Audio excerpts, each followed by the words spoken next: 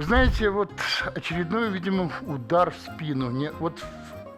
Си Цзиньпин занялся своим любимым занятием – глубокой дружбой с Путиным. Как результат, нож в спине российского диктатора вонзился еще глубже.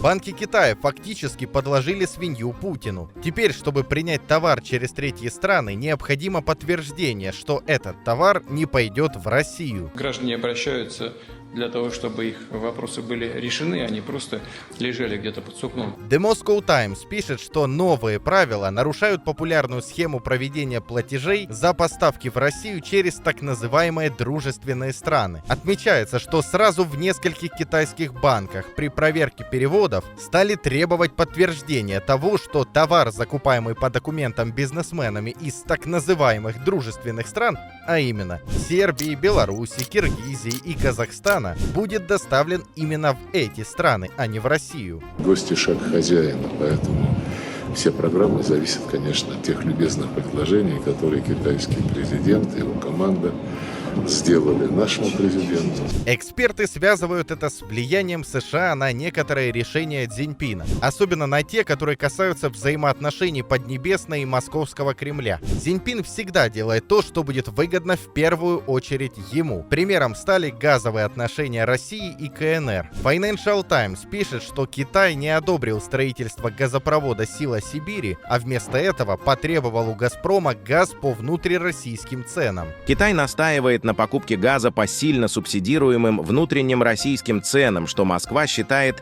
необоснованным. Кроме того, Пекин дал понять, что готов покупать лишь небольшую часть из планируемых 50 миллиардов кубометров в год. Ждем, когда Россия будет доплачивать Китаю за поставки своего же газа. А пока на страну-террористку надвигается новая и очень сильная волна кризиса. Настолько сильная, что не могут молчать даже Z-патриоты. Как побороть накатывающий финансовый кризис, очень опасный в ходе затяжной войны? У нас дефицит бюджета уже более чем вдвое больше, чем запланировано. У нас наступил провал по доходам бюджета. Это, в общем, плохой символ, на самом деле. И есть еще, то есть дыра в бюджете, к сожалению, не нарастает. Никакой зависимости от Китая. Не перепутайте.